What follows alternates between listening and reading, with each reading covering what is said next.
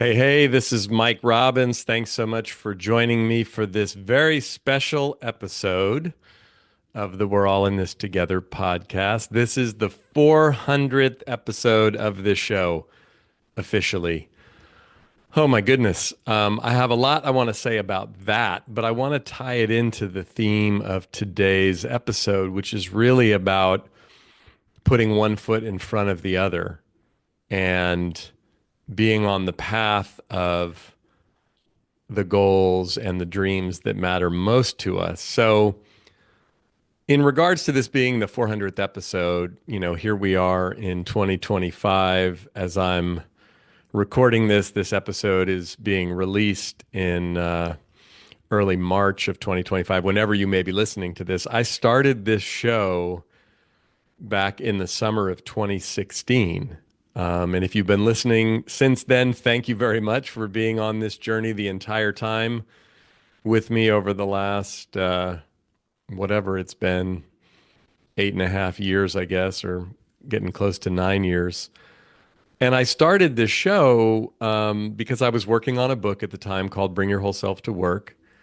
And I was listening to a podcast by Elizabeth Gilbert, who wrote Eat, Pray, Love. And she had just written a book called Big Magic that was all about creativity. And the book really impacted me, and I liked it. I like her. She's an amazing author and thought leader, teacher, just someone who inspires me. And one of the things that she talked about in the book, and then she launched this podcast after she wrote the book, because she said, I felt like I hadn't finished the conversation about the book. And, this was the spring of 2016 when I started listening to this podcast. And I'd been aware of podcasts, sort of.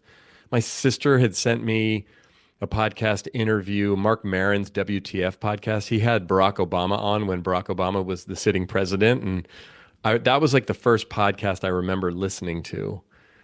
Weirdly, I had actually started a podcast, and I called it an audio podcast that was connected to my email newsletter back in like 2006 or 2007, 2008, around that time. And in those days, like podcasts were almost non-existent. And then I did that for a couple years. I would write an article and then record a podcast. And we would link it to the email, and you could listen to it on my website. It was very weird, but we did. Apple or iTunes had a little podcast thing, and we started a little Mike Robbins podcast. But then everybody started, YouTube became a big thing, and everyone started doing sort of video blogs, and then I just sort of went away from it. I had a couple of different internet radio shows, even one with our publisher Hay House, which I liked. And the Hay House one was like I would do it live and people could call in if they were listening at the time, and that was fun. But podcasting started to become a bigger thing. And then listening to Elizabeth Gilbert, I got inspired because I was like, oh, I'm more creative than I give myself credit for. And then I had this idea, like, I want to interview people for this book. What if I interviewed them as a podcast, and then whatever they said on the podcast, they'd be saying it publicly. So basically I could use any of their quotes or ideas in the book if I wanted to. I mean, I'd still ask their permission, but that was the impetus for starting this show. Now, podcasts in the last, 8.5, 9 years have expanded and exploded. Of course, you probably listen to or watch many, many podcasts. And, some of the most influential people in media right now have podcasts, and comedians and celebrities, and, everybody's got a podcast. So, but I feel really proud of myself and grateful to you if you're watching this on YouTube, which we've just started posting it on YouTube more regularly, or if you're listening to this on Apple or Spotify or whatever podcast app or platform you happen to listen to. Thank you for listening or watching. Whether this is the very first time you've ever watched or listened to the show, or you've been listening to or watching it for a long, long time, I appreciate it.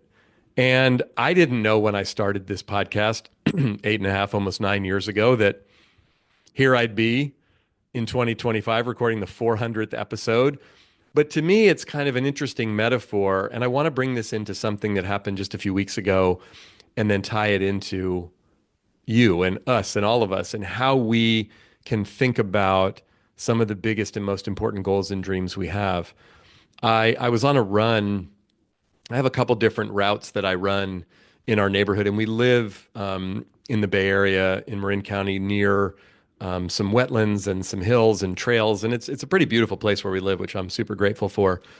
And I have a couple different routes that I'll run in the mornings. I usually run 2, 3 times a week for about 20 minutes, but I try to run kind of hard and push myself. So it's a short-ish run, but that's one of my forms of exercise. And I've gotten back into that in the last few years and I like it. And there's one run that I'll do on the weekends where I run from my house and sort of down the road a ways and then to one of these trails that goes along. It's called the Bay Trail. It goes along the wetlands and the water, and it's really beautiful. And when I leave my house and run, the spot that I try to run to, the end of the run, I try to get there in 20 minutes. And I've now gotten to the point where I can get there pretty easily in 20 minutes. Sometimes I'll even stop at the 10-minute mark and walk for a minute and then go. But sometimes when I start running, I'm not feeling great and I'll think I'm definitely going to stop at the 10-minute mark. I might even stop sooner. And I sort of play this game in my head because I'm trying to challenge myself to push myself to see how fast I can do the run. And I'm, sort of clocking myself. So about a week and a half ago or so, I was out on a run on a Saturday morning and I started off and I felt okay. But at some point, about 4 or 5 minutes into it, I thought I'm definitely going to stop at 10 minutes because like I'm not feeling great. But when I got to this certain sort of benchmark, I looked down at my phone, which is what I have my stopwatch on. And at that point, I usually hit that point around 6 minutes and 15 seconds, sometimes 6 minutes and 30 seconds.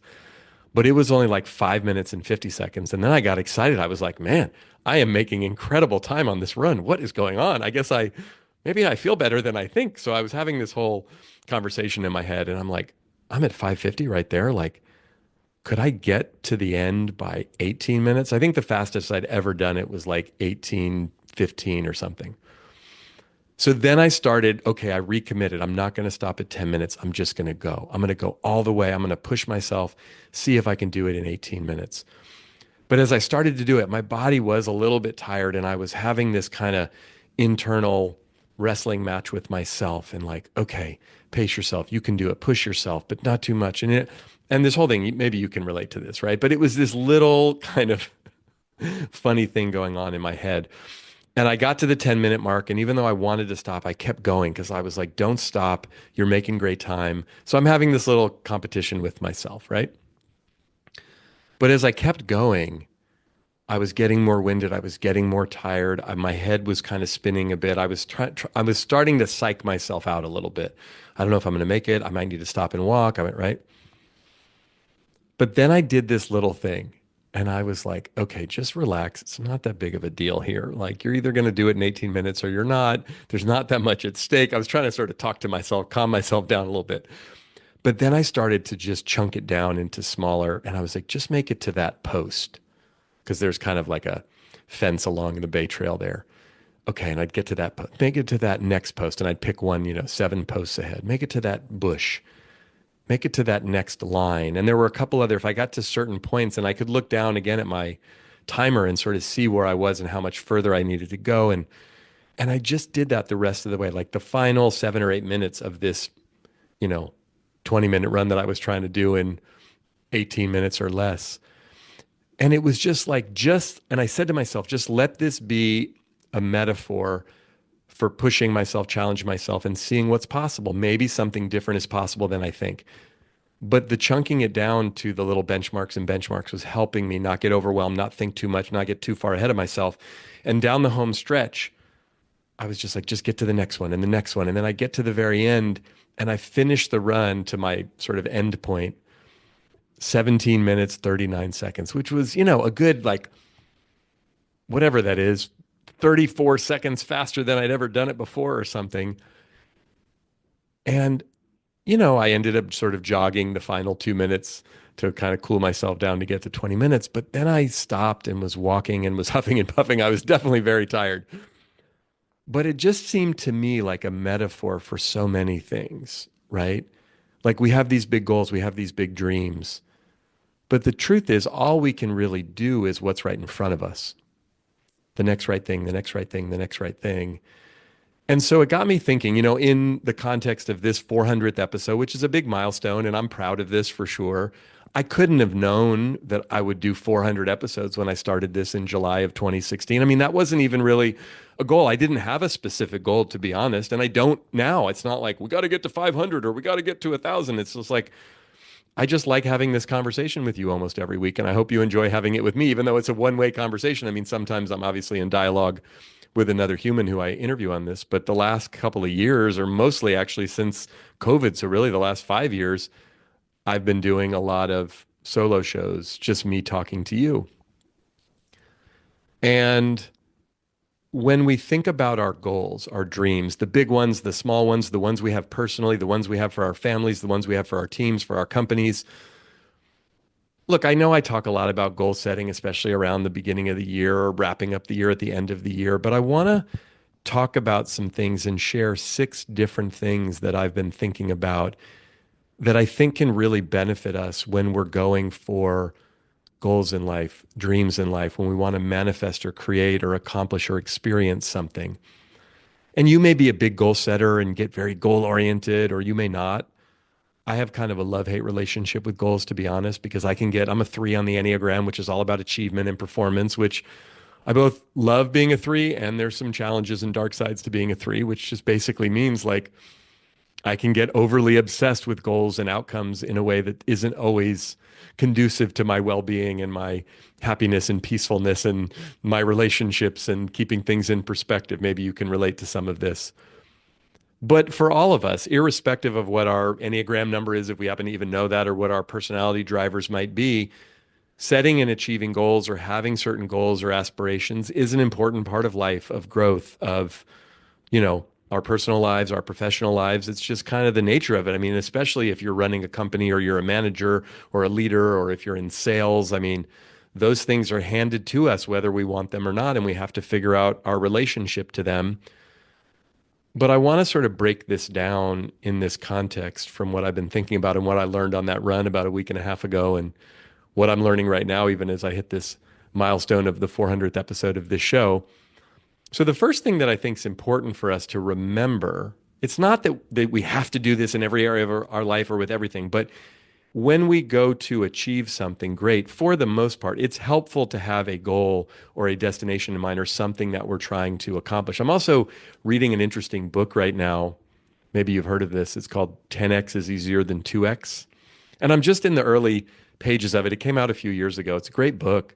Actually, Hay House, my publisher for my last 3 books, published it. And one of the 2 authors was actually at a Hay House mastermind event that I was at about a year and a half ago in Brooklyn. And this concept of 10x being easier than 2x, like thinking really, really big, like so big that it has to disrupt kind of everything that we're currently doing. Because to get to 10x, we can't just do a little bit more or a little bit better than we're currently doing. We have to do something bigger. So again, regardless of how big or small the goal may be, I think there's some real power in us having goals and aspirations, having big dreams, and then thinking big, and at the same time, like not being overly attached. And that's often the hard part. So the first step is for us to, what is the big goal? What is the big dream or the big goals or dreams? Or what's the aspiration? What is it that we really want? And then the second thing is to remember that it's not about the destination. It's not about the outcome or the accomplishment of it. Paradoxically, not that it's not important, not that we don't want it, but it's about who we become in the process.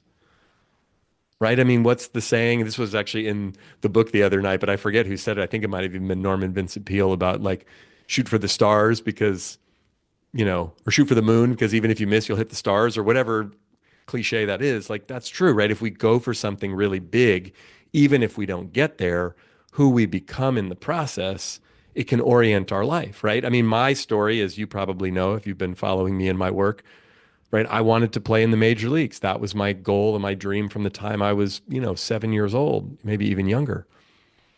And I organized my life around that, for better or worse. But it was what I loved to do. I made a lot of friends. I played a lot of baseball, a lot of teams, got to travel, even though we didn't have much money. Got a chance to, I got drafted out of high school, which was an incredible experience, and, compete and challenge and push myself and take care of my body. And then didn't end up signing with the Yankees, right? Because I got a chance to play baseball in college at Stanford, which I was a pretty good student, pretty smart kid, but probably wouldn't have gotten into Stanford without baseball. So like it created educational opportunity for me. I got to play baseball at Stanford, which was amazing, and got drafted by the Royals and signed with the Royals and traveled around for a few years in different parts of the country I'd never seen before. Ultimately got hurt, Didn't make it to the big leagues. It was super disappointing and heartbreaking, of course. Taught me a ton. It's possible I wouldn't be doing what I'm doing right now if I hadn't had that dream to play baseball, even though it didn't work out. So it's who we become in the process, right? And yes, the goal matters. And yes, the dream matters. And yes, it can be exciting and exhilarating to accomplish a big goal and a big dream we have, or maybe even exceed our expectations.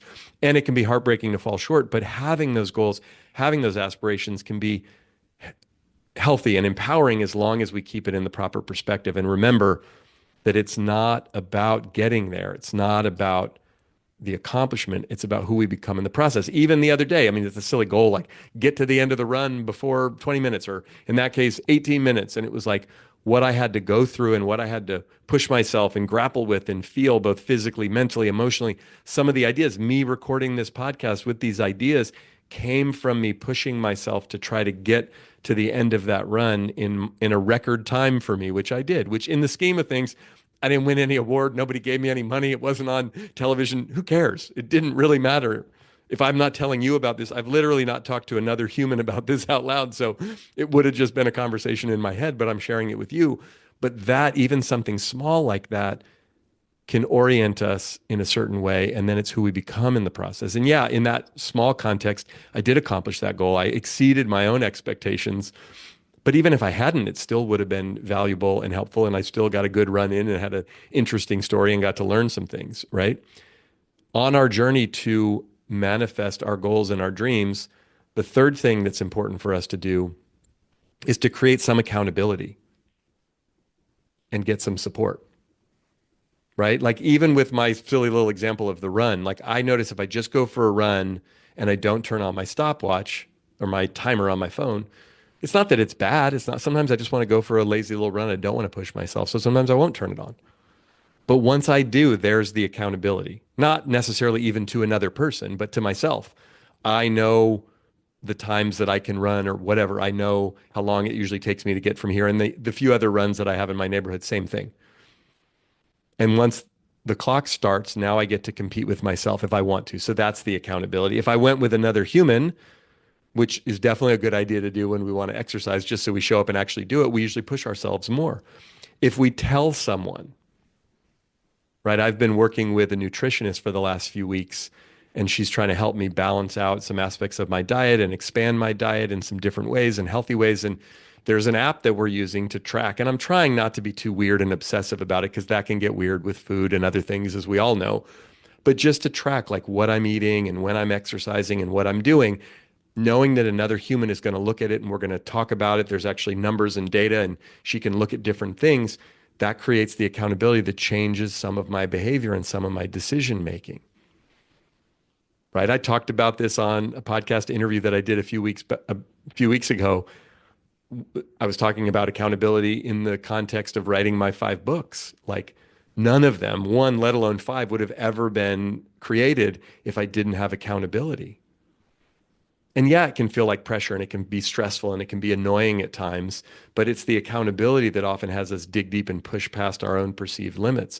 And the support part is really important because again, it's not about like pushing ourselves and challenging ourselves, but getting the support that we need, leaning on people, asking for help, being able to vent, being able to check in. I had a conversation with a speaker friend of mine a couple weeks ago where I was venting, whining, complaining a bit about some things, but he was so great. Like he did push back and challenge me, which was great, but he also had a ton of empathy for me and could understand. And so being able to get that support is super important. So that's the third step. The fourth step with any big goal or dream, actually big or small, break it down, chunk it down into smaller steps. Right? I mean, I remember when I tried to write my first book many years ago, Focus on the Good Stuff. I'd been wanting to write this book for like 5 years. I've been pitching it, it had been getting rejected. I get a book deal back in 2006. Hard to believe it's been 19 years, but I get this book deal. I'm so excited. Now I have to write a book. And I'm like, oh my gosh, I don't know how to write a book. I've never written a book before. And I was overwhelmed by it. I was excited. I was proud. Like this publishing company, Josie Bass, an imprint of Wiley, had given me a contract and actually a little bit of an advance, and there was accountability. Right now, I had a deadline, But I was like, oh my gosh, how am I going to do this? When am I going to do this? It doesn't really, we had a new baby. Samantha had just been born. I was busy speaking and traveling. We weren't sleeping a lot. There was a lot going on. But I was like, how am I going to do this? I don't know how to do this. And I had a breakthrough about a month or two into the process where I realized I don't know how to write a book that's probably going to end up being like 50,000 words, maybe even 60,000. That seemed ridiculous and completely daunting to me. But I'd been writing some articles for a few years, and most of the articles were like, I don't know, 600, 700, 800 words. And I was like, I know how to write a 6 or 7 or 800 word article. I can do that. And the book was organized into some chapters, and I had the outline. So then I was like, okay, each chapter, then I can create some like subheads for the chapters. I broke it down very technically. This wasn't even about the inspiration or the content, but it was like if each section is like a little article, I could write a series of 700 word articles and connect them with these subheads underneath the theme of this chapter. And then maybe, I don't know, what is it, five, six, seven of these per chapter? Maybe eight, nine, 10, depends. I started, it was like I broke it down just like mathematically and like word count wise at first. And then I was like, oh, okay, I'm just going to focus on this chapter. And right now I'm just going to focus on this section. And right now I'm actually just going to focus on this paragraph or this sentence or this word. So you break it down into small pieces. Like when I was running on the trail that morning and I wanted to quit, I wanted to stop. My body was telling me, you're pushing yourself too hard, slow down. I would say, just get to that next post, just get to that next bush, just get to that next, you know, spot on the wall or whatever. And it was arbitrary and I was making it up. But that's how we move forward with each step of the way, one foot in front of the other, one step at a time. Next right thing, right? When I first started this podcast, I didn't know I'd still be doing it 8.5, almost 9 years later. And here we are at episode 400. I just knew I interviewed Chip Conley and I interviewed Eric Severson, two awesome humans. Those are my first two interviews for the show. And then we posted them.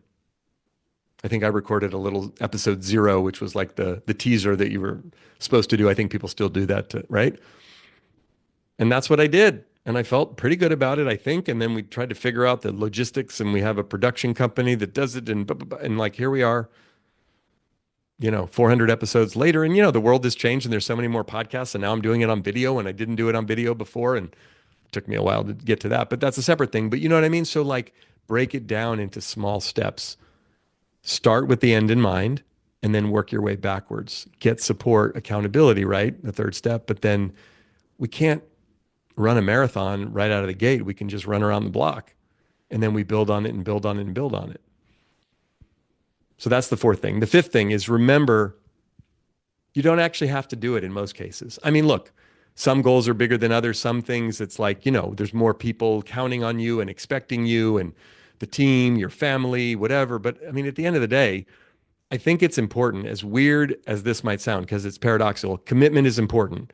Knowing that we're going to have doubts, we're going to want to stop, right? When I was on that run, I wanted to stop many times, but having the accountability, pushing ourselves, challenging ourselves, knowing that there's someone or something else outside of us can often have us push through those times of doubt, of fear, of insecurity. However, it's also important to remember, paradoxically, you can stop, you can quit and just say, I don't want to do this anymore.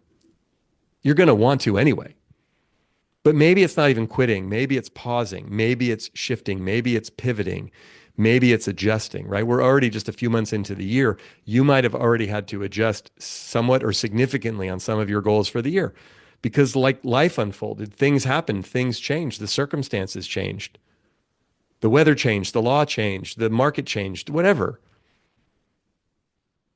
Oftentimes where we end up at the end isn't where we thought we would have when we started. It might be just as good, if not better. But remembering that from start to finish, it's almost never a straight line. I love speaking at kickoff events at the beginning of the year. Sometimes they have a mid-year if it's a fiscal year type company, but like kickoff, everyone's in a good mood. You start at 0 again. It's often sales kickoff. But I will always say, even if this is a fantastic year, it's not going to go exactly as planned from here to the end. There's going to be twists and turns and ups and downs. How are you going to deal with that? How are you going to navigate that? You can change course. You can change your mind. You can pivot. You can alter the plan. That's okay. That's part of it. Remember, it's who you become in the process. It's not about the destination or the outcome. And there's going to be a lot of times along the way that you want to stop, you want to quit. I've thought about quitting this podcast many times since I started. Oh, I'm too busy. Oh, I'm not so sure. Well, who cares? And there's so many podcasts now, whatever. And I decided not to because I still enjoy it. And I hope again you do too, whether this is the first time you've ever watched or listened or you've been listening consistently for the last 8.5, almost 9 years. But it's important to remember that the vast majority of things we do in life, we do by choice. Now, yeah, you guys might say, I got to feed my family, I got to pay my rent or my mortgage, I get that. But whatever you're doing right now to make money is not the only thing in the world you can do to make money. You could do something else. All the goals that you have, even the most important goals and dreams, like you could decide tomorrow, I'm not doing that one anymore. That one's not important to me anymore, or I'm going to stop. And that's okay. That doesn't mean you're not committed. That doesn't mean you don't care. That doesn't mean you're lazy. It just means that you're human. And I think remembering that is important. Sometimes even in relationships with commitments, I say this to people all the time at work. It's like, you don't have to work here. You get to work here and you choose to work here. And you've got options. Everybody's got options, even if it doesn't seem like it. So that's an important thing to remember. And then the final step, the sixth step of this process that I want to share with you, and this is so simple but so important, is acknowledge yourself. Acknowledge yourself, appreciate yourself, value yourself. Not necessarily for the outcome. I mean, look, if you get to the outcome and the destination, look, when I got done with that run the other day and it was 17 minutes and 39 seconds, I was pretty fired up and proud of myself. Like, dude, you ran fast and pushed yourself, and that's the best you've ever done by a long shot. That felt good. But that's not really what there is to acknowledge ourselves for, the outcome. I mean, again, if you're like me and you can get very obsessed with outcomes and performance, it can be a little tricky. But the acknowledgement is really for the courage to play, the courage to suit up, the courage to just get in the game, right? What's the Teddy Roosevelt quote? Get in the arena. Sometimes we get our ass kicked in the arena. Sometimes we fall down. Sometimes we make a mistake. We pull a muscle, literally or figuratively. We go for it and it doesn't happen. That's one of the reasons why we don't get back in the game, because we get hurt or we get disappointed or we get scared or we're trying to protect ourselves. We don't want to look bad, right? But what if we just got in the game and played?